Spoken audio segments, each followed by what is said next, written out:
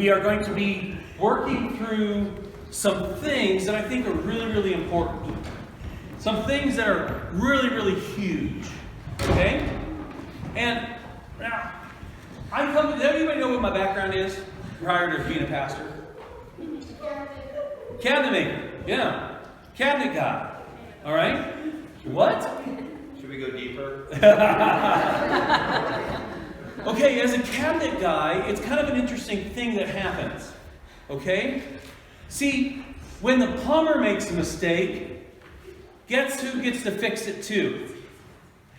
The cabinet guy. Because if the cabinet gets drilled in the wrong spot, I have to fix it, right? If the HVAC guy puts the vent in the wrong place, guess who gets to fix it? The cabinet guy. Because it's a whole lot easier to readjust my cabinets than it is to tear apart the wall and the sheetrock and move the HVAC vent. When the electrician puts the plug in the wrong place, who gets to fix it? The cabinet guy, right? Now, am I an engineer? No, I am not an engineer. My wife can verify these things, right? I am definitely not an engineer. But in time, after measuring enough houses and fixing enough of other people's mistakes along with my own, I figured out it was a whole lot easier if I went in and marked where everything was going for them. Because at least I knew the pipes would at least have a chance of getting in the right place. Does that make sense? But I'm not the expert. I'm not the guy looking at the plans, drawing the plans up, right? That's an actual engineer, correct?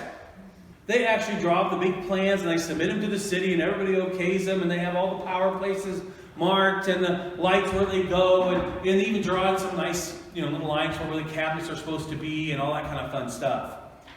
But they have never measured a house. You get it? They have never been out there and actually measured a house and to see how cabinets actually fit into a room. Because otherwise they would not draw the way they draw. Okay? Just call it what it is. So I'm not an expert.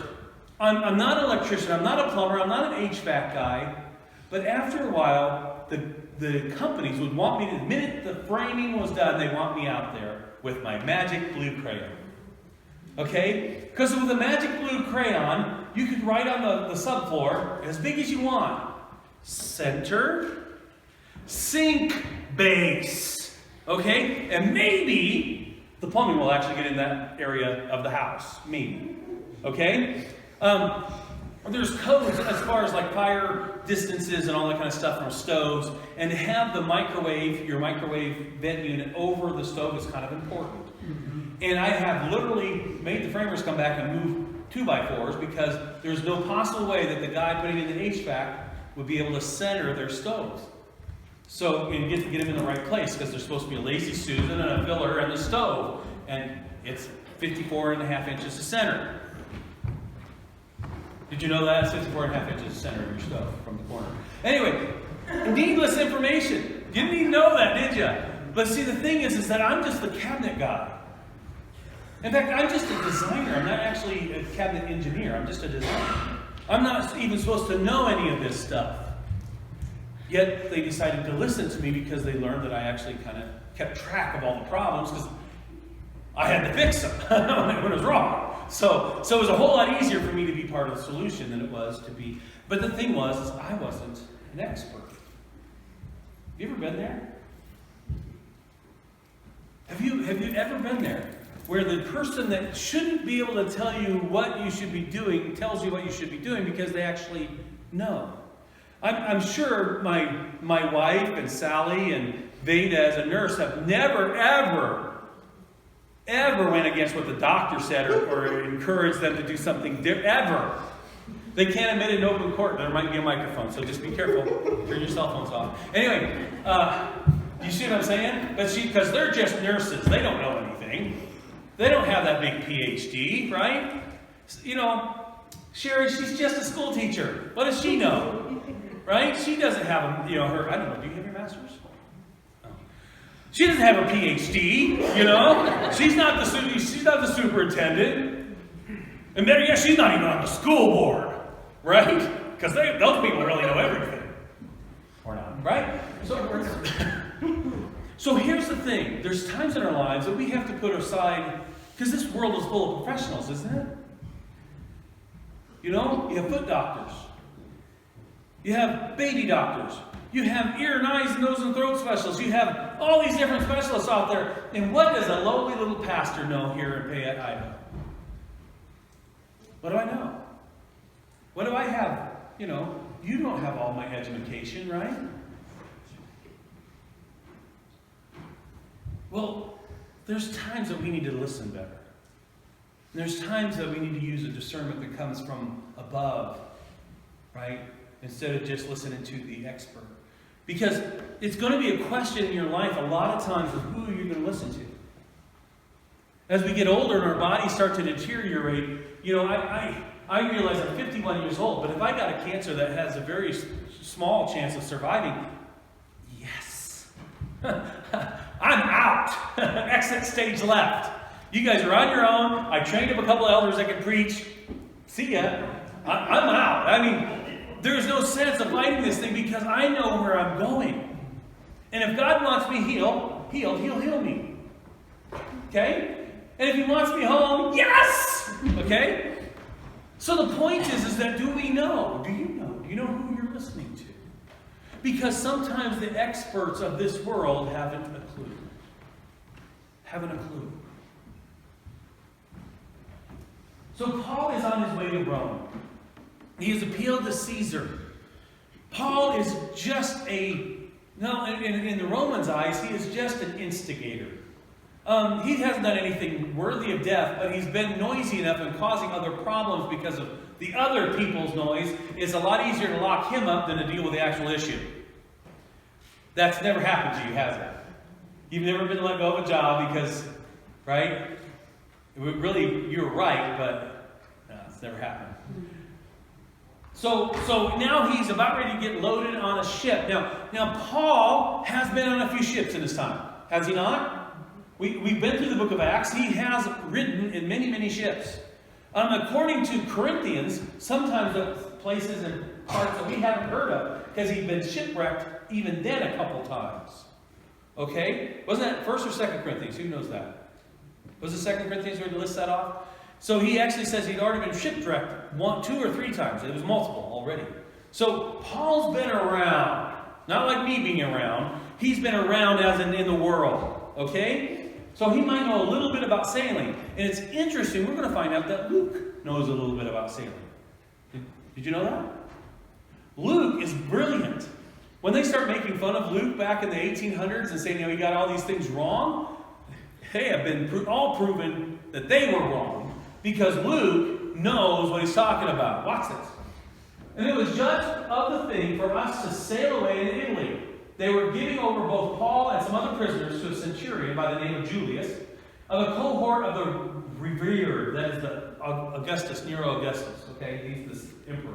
And having set foot upon an Adriatic ship, yeah, that's my best pronunciation, being about to sail into the places according to Asia, so they're heading up to like Ephesus, that area, we set sail. Aristarchus, a Thessalonian Macedonian, being with us. Say that fast 3 times. He's from Thessalonica out of Macedonia. Okay, that's the easier way to say it. So basically, Paul starts here in Jerusalem. And by the way, this is why I picked this map. This is actually my background picture of every part of the book of Acts that we preached through. This has been the background of the intro. And basically it covers it shows all of the areas that Paul went and all the different missionary journeys. But this is specifically this 4th trip that he gets to take to Rome.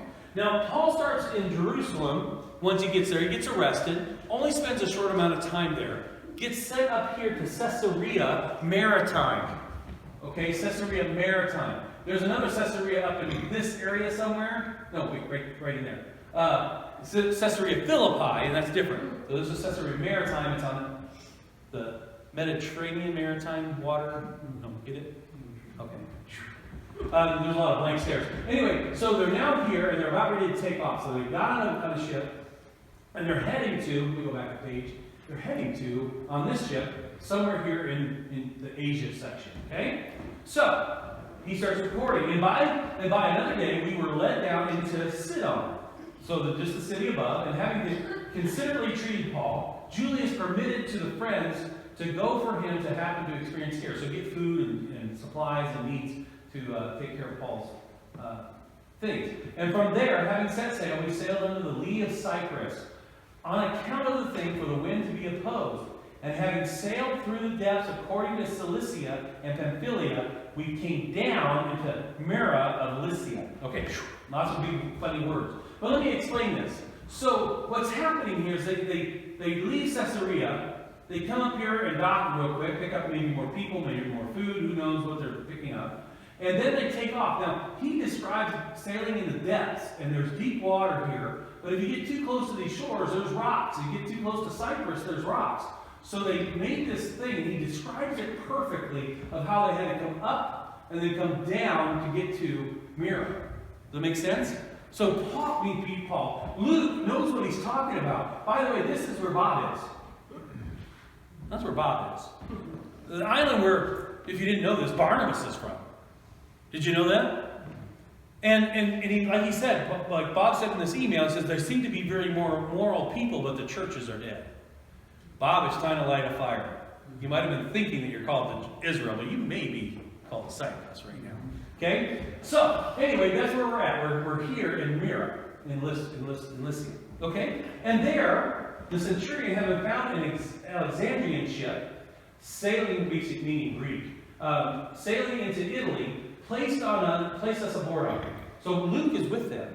Okay? And in many days, sailing slowly with difficulty, having come to be according to Cnidus? Yeah. The wind not permitting us to go further, we sailed under the lee of Crete, according to Solomon. Anyway, with difficulty sailing past it, we came to a certain place being called Fair Havens, which is translated good harbors, to which was near the city of Lasea. So, what you see here is the wind is doing some crazy things. It's getting late in the season. They pick up this and have to dock here at Cnidus. And then as they take off, the wind, instead of pushing them east, and they might have been actually trying to head for Corinth. Because that's usually the safest route to go, is to actually dock here in Centria, which is on this side of it, and either have the ship literally rolled over the 6 miles of land.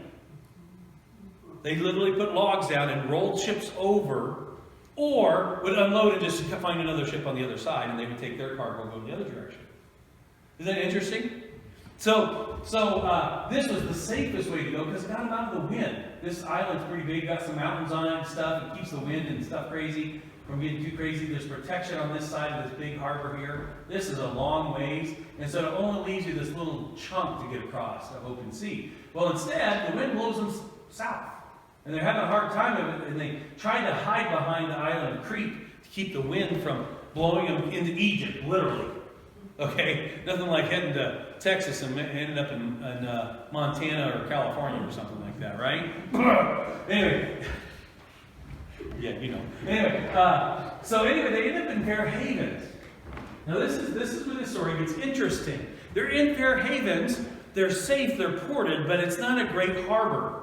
It's kind of shallow. I wish I would have gotten a video or a satellite image of that area now and see if they could actually recognize where the harbor was back in the day. And much time having passed, it's been really slow going, okay? And the voyage already being unsafe on account of the thing, even the fast. Anybody have any idea, besides Chuck, anybody have an idea what the fast is that he's mentioning?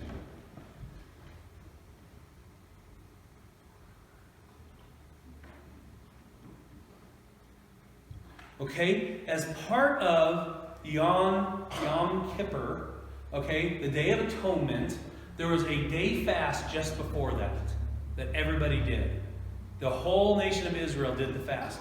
Now, this is one of my arguments, because there's some people who say that Luke was not Jewish. But this is my possibility that Luke was Jewish. For some reason, he did not explain this. And as a non-Jewish person, you wouldn't know unless you knew your Old Testament. He also might have been a very Greek a God-fearing Greek. That's what I wanted to say. Man, I'm having a time with it today, amen? So he might have been a very studious, God-fearing Greek, and so he might have known this being in synagogue, a lot of his life. But anyway, he doesn't explain that. So this is late fall. And the water and the weather gets really bad in the Mediterranean during the fall. Even so much that even the modern ships take heed. Okay? And these things are all driven by wind, so you never know what happens. Well, you will. Well, it might happen. How's that? So even the fast, having already passed away, Paul was advising, saying to them. Now, is Paul an expert? No. Does he own a boat? No. Men, I observe that with hardship and much loss, not only of the load in the ship, but also our souls, to be about to be the voyage. We're gonna crash and burn. We're gonna sink. We're all gonna die! Right? Right? Run around in circles, smacking each other. Now, did Paul, did it say that the Holy Spirit spoke to Paul? Did it? Did it say that the clouds opened and the sun shone and the light shone down on Paul? It didn't, did it? But see, this is the thing about the guidance of the Holy Spirit. Sometimes he speaks really quietly. Sometimes it's a premonition. Sometimes it's just you're reading Scripture. Sometimes it's a whole bunch of different things. Have you ever had one of those and ignored it and paid the price for it? Not me. I've got it all figured out. I don't know what the rest of you heathens are doing. Okay? No, we've had those in hindsight's 2020, and we didn't listen because the Spirit was saying, hey, don't go there. Or maybe you should go there. And then you regret it later because that was your one opportunity to show Christ's love to somebody. And the next thing you know, they're gone. Don't miss the Spirit, huh? Don't shoot the messenger when it comes. Interesting, isn't it? Paul doesn't say he spoke directly to Jesus, but he having this right here in the pit of his stomach, right? And he gives details, so it gives it a little bit more. But the centurion, Julius, was being persuaded by the shipmaster and the ship owner. Now, if they're both on the ship, don't you think they know a little bit about sailing? Yeah. No, it's going to be fine. It's just a blizzard. It's just North Dakota. It's not a big deal. Right, Mom? That was South Dakota, actually. Not a big problem. Right? And so the ship owner, so he was being persuaded, rather than by the things being said by Paul. And the harbor existing as unsuitable for wintering, okay, that's why we know Fair Havens is not good.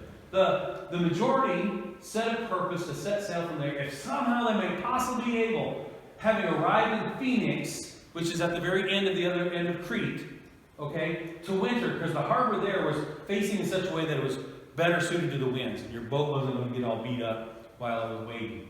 Okay? So, what did they do? They set sail. Paul warned them.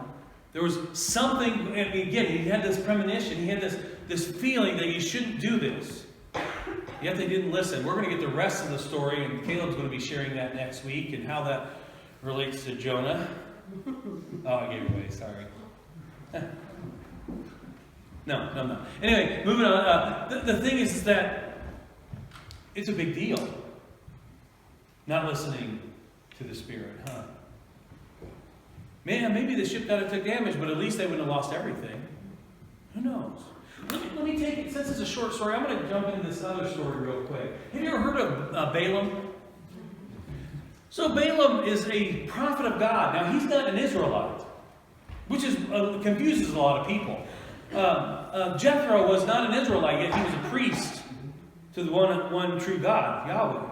Right? We see a lot of this in Genesis especially. And this is really in other places, but now coming all the way into Exodus, Leviticus, Numbers 400 or 500 years later. And people are going, well, that's weird.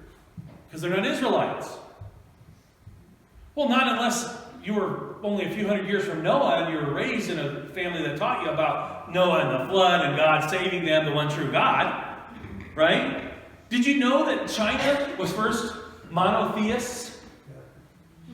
Yeah, when they actually started studying their history and got farther and farther back in what they understood, the Chinese were actually monotheists.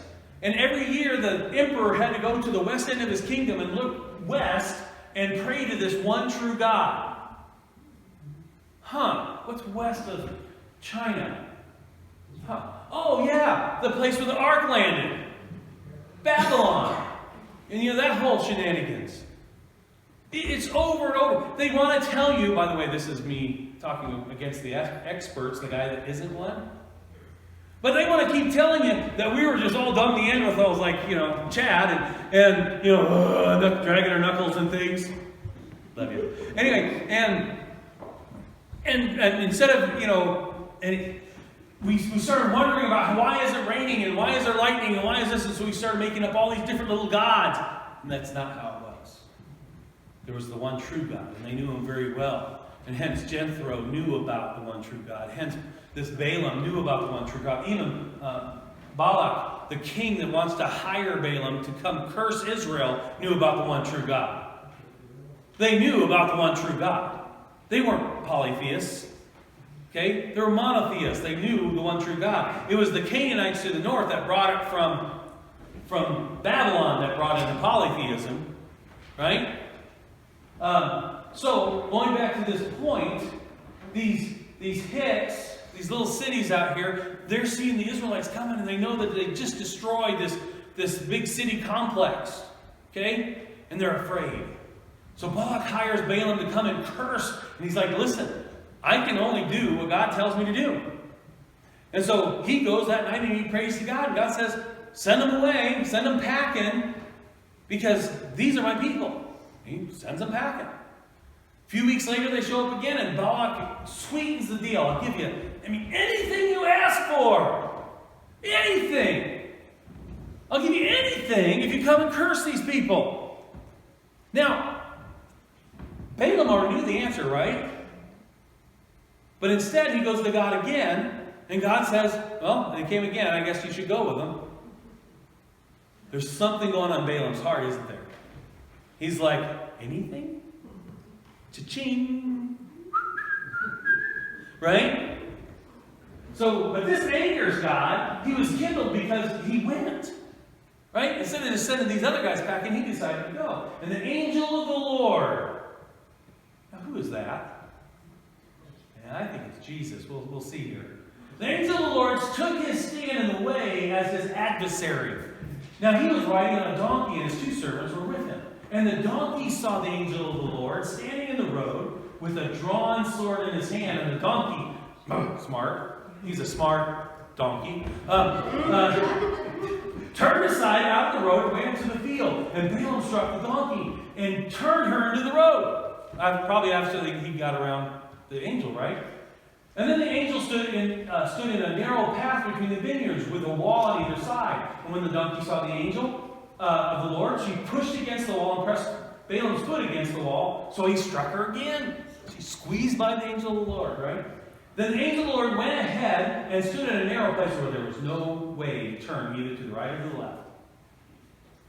Then, when the donkey saw the angel of the Lord, she lay down under Balaam. And Balaam's anger was kindled, and he struck the donkey with his staff. And the Lord opened the mouth of the donkey, and she said to Balaam,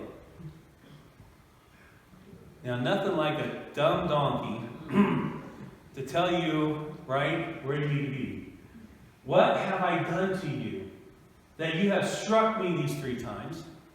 And Balaam said to the donkey, now he's arguing with a dumb donkey, which is always a bad idea, by the way. Because you have made a fool of me, and I wish I had my sword in my hand, for I would kill you. I kill you, right? And the donkey said to Balaam, am I not your donkey? Am I not your donkey on which you have ridden all your life long to this day? Is it my habit to treat you this way? No. Right? I mean, can you just see the pouting in Balaam's? No. I'm corrected by a donkey. Come on. Not that that's ever happened directly in my life. Then the Lord opened the eyes of Balaam, and he saw the angel of the Lord standing in the way with his drawn sword in his hand, and he bowed down and fell on his face. Now the angel didn't say, "Get up, I'm not worthy of worship," did he? And the angel of the Lord said to him, "Why have you struck your donkey these 3 times? Behold, I have come out to oppose you because your way is perverse before me." There's something going on in your heart, Balaam, and you need to change and turn to the left or to the right. Something needs to happen. You're going the wrong way. The donkey saw me and turned aside before me these 3 times. If she had not turned aside from me, surely just now I would have killed you and let her live, because your donkey's smarter than you are. Okay? Let's just read into what it says. Okay? This is right out of Second Opinion, some of this. And then Balaam said to the angel of the Lord, "I have sinned, for I did not know that you stood in the road against me. Now therefore, if it is evil in your sight, I will turn back. Now I'll let go. Now I'll surrender. When I'm facing death in the eye, when I'm standing before Jesus in the middle of the road with a sword drawn, when there's no choice left, now I'll surrender." The angel of the Lord said to Balaam, "Go with the men, but speak only the word that I tell you." So Balaam went with the princes of Balak. Now, what does this have to do with our own lives? Have we listened to everybody but the one that counts? Have we listened? I mean, there's so many times. It used to be the day where when the lady was about ready to give birth, go call the pastor. I have no idea what I'm going to do. Seriously, they used to do that because a lot of them actually got educated in medicine too. Okay? But the thing was, now we turn to everybody else but the one that counts. We go to the specialist, we go to this, we go to that, but we never stop and actually pray about any of this stuff. You know? There's a drug for every purpose. There's a counselor for every need. Wait a minute, what happened to stopping and bowing and waiting upon the Lord? What about suffering for His name's sake? Do you have your eyes on your own plan or God's plan? Because I'm going to tell you, that's most likely where the issue is. Because the day is coming that you will stand before the one Almighty God and give an account for what your choices were. And you might have listened to every expert of this world and still missed God by 1,000 miles. There was something that was going through my heart the other day, and I was thinking about this. I know a lot of people that have been through a lot of stress. And they put a lot of stress upon themselves. Maybe they've been injured. Maybe they've been hurt. I don't know the origination, the origin of that. But a lot of it, I recognize, I look even in myself, that if I would have just listened and submitted to what was right, what I grew up being told, even though there was a lot of other struggles there too, I was told I knew what was right. And if I would have just listened and surrendered to the Lord, the situation may not have changed, but my heart would have. The peace would have came into my heart, and I wouldn't have, and you get to fill in your blank. I recognize this with a lot of people, and I recognize them growing up and struggling and having all these issues, but if they would have just listened and surrendered, they could have avoided all of these other things. But I didn't want to. And even now when I know better, Gail, right? Right? Even now when I know better, I struggle. But see, the problem is we hear all of this other noise, we hear all these other things, and we listen to everyone else because they're the experts. And that Bible, you know, it's just the creator of the universe telling us what to do. Right?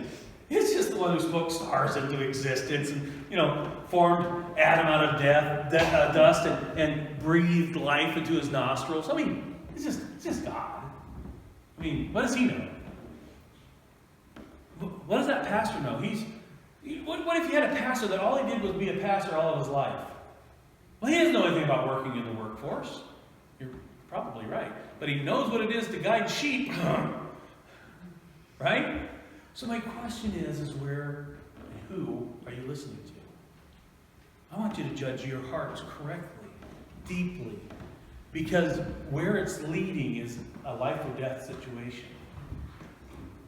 The Lord may be calling you home one direction, but the other direction may be drawing his soul. Why not?